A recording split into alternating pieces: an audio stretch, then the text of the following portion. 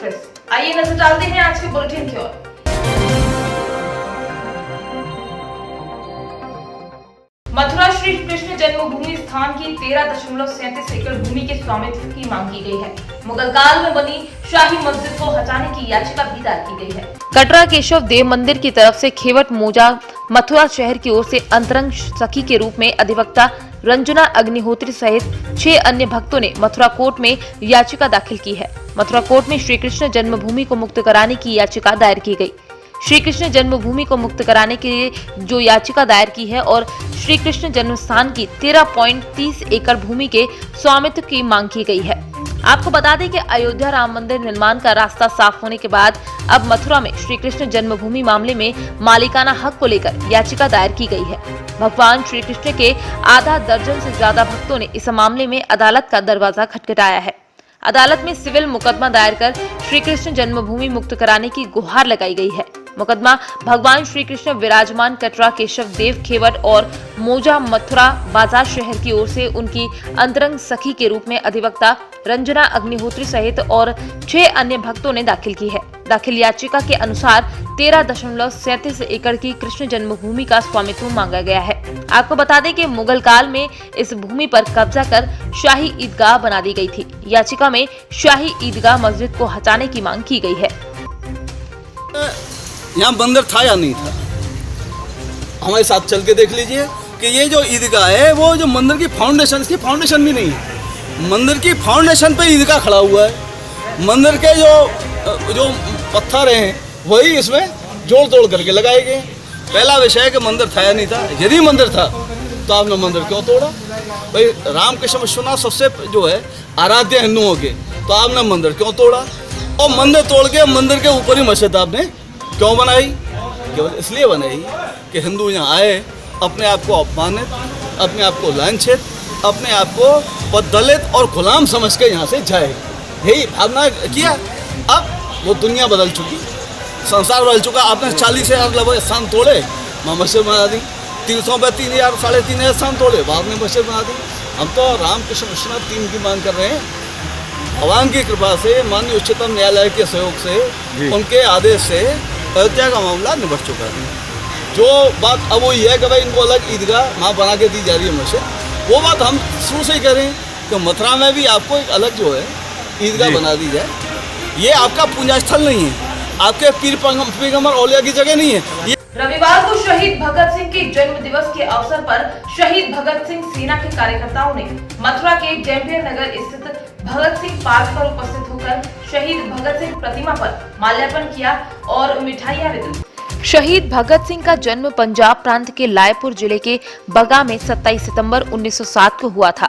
देश के सबसे बड़े क्रांतिकारी और अंग्रेजी हुकूमत की जड़ों को अपने साहस से झकझोर देने वाले भगत सिंह ने नौजवानों के दिलों में आजादी का जुनून भरा था। कार्यक्रम के अवसर पर शहीद भगत सिंह सेना के अध्यक्ष डॉक्टर देव परिहार ने कहा, शहीद भगत सिंह पराक्रमी होने के साथ साथ विद्वान एवं चिंतक भी थे। अपने जीवन की चिंता किए बगैर भगत सिंह और उनके क्रांतिकारी साथियों ने ऐसे साहसिक कार्यों को अंजाम दिया जिनका देश की आजादी में बहुत बड़ा योगदान रहा। इस सभी को शहीद भगत सिंह के मार्ग पर चलना होगा, तभी हमारा राष्ट्र आगे बढ़ेगा। शहीद भगत सिंह को भारत रत्न का दर्जा दिया जाए। इस कार्यक्रम में बाबूलाल, नरेंद्र सिकरवार, सुभाष सिकरवार, धर्मेंद्र सिकरवार, गोपाल, हरिओम, गजेंद्र एवं अन्य कार्यकर्ता मौजूद रहे। सभी कार्यकर्ताओं ने एकजुट होकर इनकलाब जिंदाबाद के नारे दिए।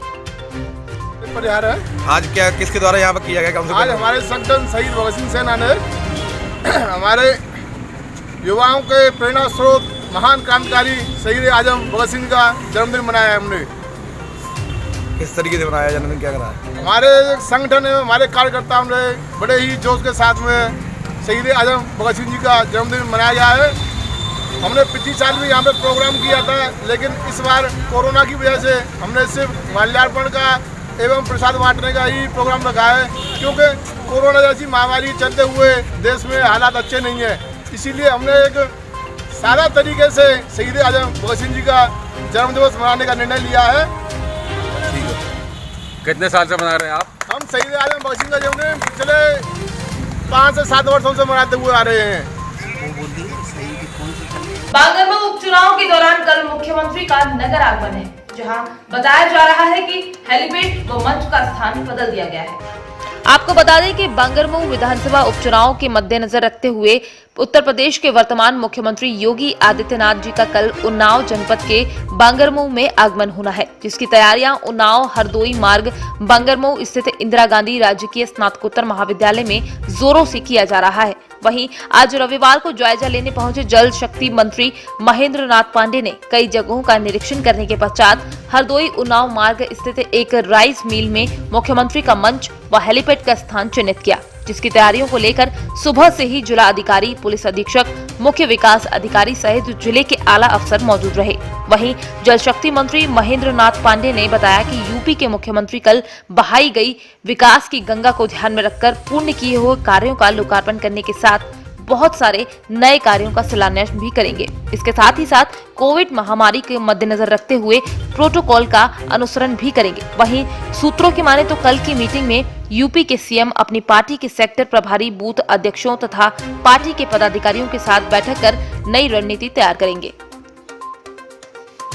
माननीय मुख्यमंत्री जी आ रहे हैं। जो विकास की गंगा पूरे उत्तर प्रदेश में माननीय मुख्यमंत्री जी ने बहाया है, उसी के क्रम में आज वो कल पूरे उन्नाव के जितने कार्य पूर्ण हो गए हैं उनका सबका लोकार्पण करेंगे और बहुत सारे नए कार्य हैं जिनका वो शिलान्यास भी करेंगे।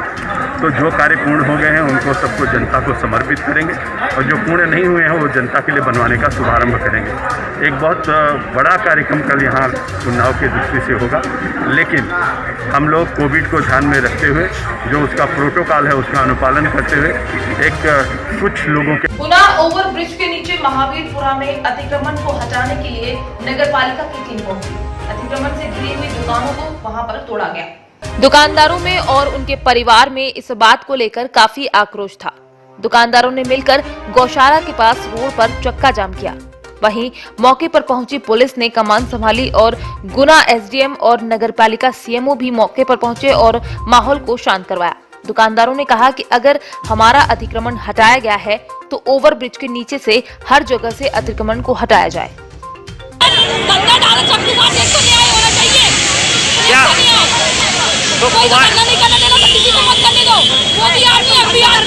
अकेले की दौड़ी है, हमारी सबकी दौड़ी है दुकान। कितनी और बन रही है आप यहाँ पे? हमारे साथ इंसाफ हो रहा है, नाइंसाफी हो रही है। दो दुकान तोड़ी गई है और विधायक के भाई की दुकान नहीं तोड़ी गई और मेरे भाईजान की और मेरी भाभीजान की दुकान तोड़ दी है। कितनी दुकान तोड़ दी? नहीं है और काहे के लाने बैठी हो तुम यहाँ? दुकान क्यों तोड़ी मेरी बहू का के बच्चे पाले, मेरे बेटा मार गया, मेरी बहू का के दुकान तोड़ी। बच्चे ने खास कमा इनकी दुकान है, 2 साल पहले नोटिस आ चुका है। नोटिस नहीं दिया, कुछ नहीं दिया। मेरी दुकान जाकर देख लो आप, मेरी दुकान तोड़ी है। मेरा आदमी नहीं है, मैं कहाँ से कमा खाऊंगी। उत्तर प्रदेश के कौशाम्बी जिले से स्वदेशी अपनाने के लिए तथागत भगवान गौतम बुद्ध की तपोस्थली कौशाम्बी गांव से स्वदेशी पद यात्रा निकल रही है। आज से यात्रा प्रारंभ होकर 45 दिन तक चलेगी। यात्रा कौशाम्बी के प्रतापगढ़, अमेठी, सुल्तानपुर के विभिन्न गांव होते हुए प्रयागराज में संपन्न होगी। यात्रा प्रारंभ होने से पहले चाइना का पुतला भी फूंका गया। स्वदेशी जागरण मंच पूर्वी उत्तर प्रदेश व यात्रा प्रमुख डॉक्टर सुरेश नागर चौधरी ने बताया कि यात्रा का प्रमुख उद्देश्य लोगों को स्वदेशी अपनाने का संदेश दिया जाएगा। कार्यक्रम में जिले के प्रभारी मंत्री चंद्रिका प्रसाद उपाध्याय सहित अन्य लोग भी शामिल रहे।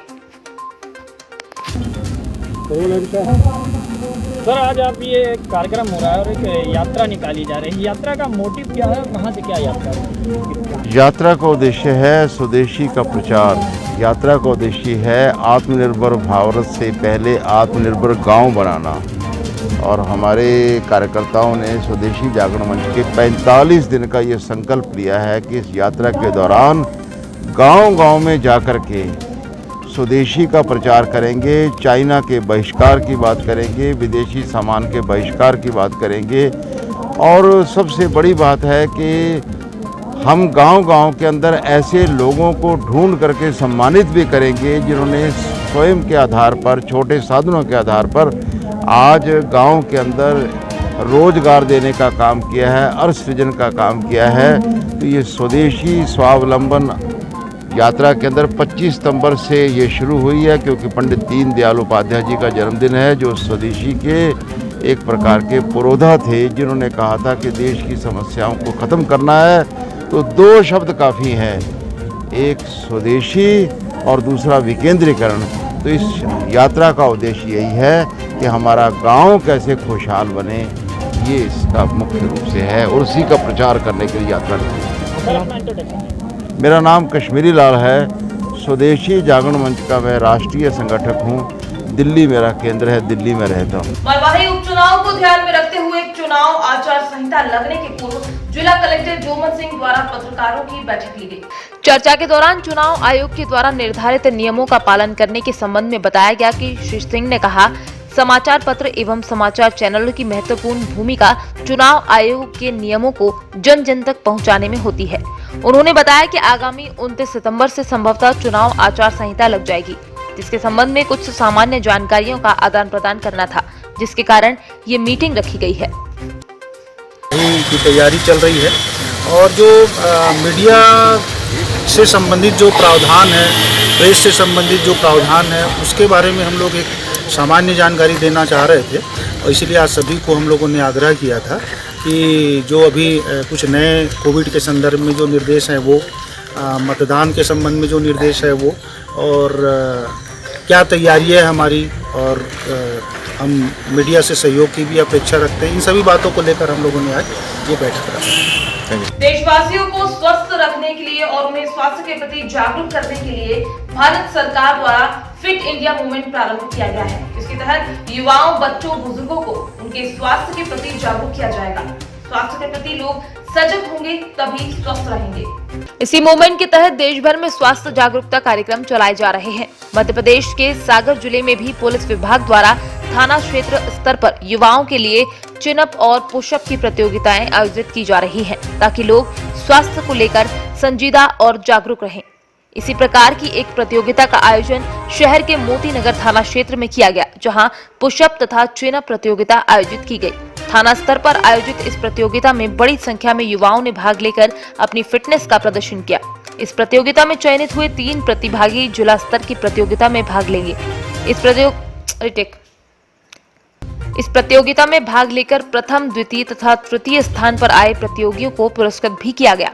कार्यक्रम के आयोजक तथा प्रतिभागियों ने भी सरकार के फिट इंडिया अभियान की सराहना की। आज ये श्रीमान पुलिस अधीक्षक महोदय के निर्देशानुसार फिट इंडिया मूवमेंट के तहत चिन अप और पुशअप प्रतियोगिता कराई गई है, जो कि माननीय प्रधानमंत्री नरेंद्र मोदी जी की जो पूरे भारत को स्वस्थ रखने की योजना के तहत कराया गया है। इसमें जो शुरू के 3 प्रतिभागी हैं चिन अप में और पुशअप में, सभी को सम्मानित किया गया है और उसमें से भी जो 2 हैं उनको जिला स्तरीय प्रतियोगिता के लिए आगे नाम बढ़ाया जाएगा और उनको वहाँ पर और सम्मानित किया जाकर राज्य स्तरीय प्रतियोगिता के लिए भेजा जाएगा। श्योपुर के पीजी कॉलेज में जिम्मेदारों का ध्यान नहीं है, इसी वजह से शहर के आवारा कुत्ते अपनी मनमर्जी से कॉलेज में आ जा रहे हैं। एक और जहां सरकार पढ़ेगा इंडिया बढ़ेगा इंडिया पर प्रचार प्रसार कर रही है और पैसे खर्च कर रही है, लेकिन पीजी के प्राचार्य व स्टाफ की लापरवाही से क्लासों में स्टूडेंट्स की जगह कुत्ते पढ़ने आते हैं और आराम से सोते हैं। कॉलेज के संचालक अपनी जिम्मेदारियों को नहीं निभा पा रहे। शहर का सबसे पुराना ये कॉलेज है, जहां सैकड़ों स्टूडेंट अपनी शिक्षा लेने आते हैं। आमजन ने बताया कि ये हमेशा होता रहता है, फिर भी इस ओर कोई ध्यान नहीं दिया जाता। नवसारी बीजलपुर में विठल मंदिर के पास पुलिस चौकी के पीछे धौलीकुई माता के मंदिर के बाजू में किन्नर समाज का मठ है, जिसमें गुरु शिष्य की पीढ़ी कई वर्षों से चली आ रही है। नवसारी के किन्नर समाज त्योहार में और सारे शुभ अवसरों पर सभी जगह जाते हैं और सभी लोग खुशी खुशी उन्हें दक्षिणा देते हैं और उनका व्यवहार चलता है। इस साल कोरोना वायरस की महामारी की वजह से नवसारी में किन्नर समाज ने कई जरूरतमंद लोगों को अनाज की किट का वितरण भी किया और बहुत ही सुंदर सेवा कार्य किया। किन्नर समाज मठ की मुखिया मुस्कान मासी और संजना मासी का विजिटिंग कार्ड दिखाकर और उनके नीति नियम के अनुसार दक्षिणा को आपकी इच्छा अनुसार शुभ प्रसंग और त्योहारों पर घर आकर ग्रहण करेंगे। जय भारत जय माताजी। હું નવસારીથી બોલું છું, પ્રકૃતિ કુંવર મુસ્કાન કુંવર। વર્ષોથી રાજા રામચંદ્રના વખતથી બધાઈ માંગવાની એક પરંપરા ચાલી આવે છે, જે અમે તમારા ઘર આંગણે આવીને જ લઈએ છીએ। કિન્નરોની કોઈ ઓફિસો કે કિન્નરોની કોઈ ઓફિસો કે કોર્પોરેટ ઓફિસર હોતી નથી. ઓફિસો તો ઓફિસરોની હોય છે કે કોર્પોરેટરની હોય છે. એટલે નવસારીની જનતાને નમ્ર અપીલ છે કે આપના આંગણે આવીને જે અમે બધાઈઓ ગાઈએ છીએ, હલડિયા ગાઈએ છીએ અને આશીષ આપીને કુમકુમ પગલાં પાડીને આપને બરકતનો સિક્કો આપીને જે બધાઈ લઈએ છીએ, જે વર્ષો જૂની પરંપરા છે એને અનુસરીને આપ બધાઈ આપો. બાકી અમારા મુસ્કાન કુંવરના જે કાર્ડ છે તે કાર્ડ લઈને અમે આપના ઘર આંગણે આવીશું ત્યારે જ આપ આપની બધાઈ આપજો. અમારી કોઈ પણ ઓફિસો નવસારીની અંદર અવેલેબલ છે નહીં. એટલે એવી કોઈ પણ જાતની ખોટી જાહેરાતો અને ખોટી બાબતોથી તમે ભરમાશો નહીં. અને ભિક્ષુકોના કોઈ એરિયા અને ઓફિસો હોતી નથી. મઠ હોય છે, મંદિર હોય છે, અખાડા હોય છે, જ્યાં બાધા આકડી માટે લોકો આવે છે. તો આપને દરેક જણને નમ્ર અપીલ છે કે અમે આપના આંગણે આવીને જે બધાઈ લઈશું તે તમે રાજી ખુશીથી આપજો. બાકી અમારી કોઈ ઓફિસ નવસારીમાં નથી. નવસારીની ભોળી જનતાને નમ્ર અપીલ છે. બોલો બહુચર માતા की जय, जय भारत. खेरवाड़ा के बाद ऋषभ देव में उपद्रवियों का हमला हो गया. पहाड़ी से पथराव कर एक तरफ डूंगरपुर मामले को आज खेरवाड़ा में शांति वार्ता कर निपटाया गया, लेकिन उपद्रवियों ने अब ऋषभ देव को अपना निशाना बनाया है. ऋषभ देव की पहाड़ियों पर उपद्रवियों द्वारा जमकर उत्पात मचाया गया. बीते 3 घंटों से पथराव जारी है. पुलिस और उपद्रवियों की मुठभेड़ में 2 पुलिसकर्मी घायल हुए. पुलिस ने आंसू गैस के गोले भी दागे. नगरवासियों ने पुलिस को सहयोग किया, जिसके चलते शाम तक उपद्रवियों को पहाड़ी से नीचे उतरने का मौका नहीं दिया गया. महावीर नगर के अंतिम छोर पर पुलिस एवं नागरिकों का जब्ता तैनात है. समझाइश की कोशिश भी की गई, लेकिन कोई हल नहीं निकला. उन पर भी पथराव किया गया. पुलिस प्रशासन का 100 से ज्यादा का जब्ता तैनात है. हिंसा के चलते उदयपुर जिले में होने वाले पंचायत चुनाव को भी निरस्त कर दिया गया है एवं दिनांक 27 सितंबर की रात्रि 11 बजे से संपूर्ण जिले में नेट सेवा को बंद कर दिया गया है. आज के बुलेटिन में फिलहाल इतना ही. बने रहिए न्यूज़ 24 एक्सप्रेस के साथ.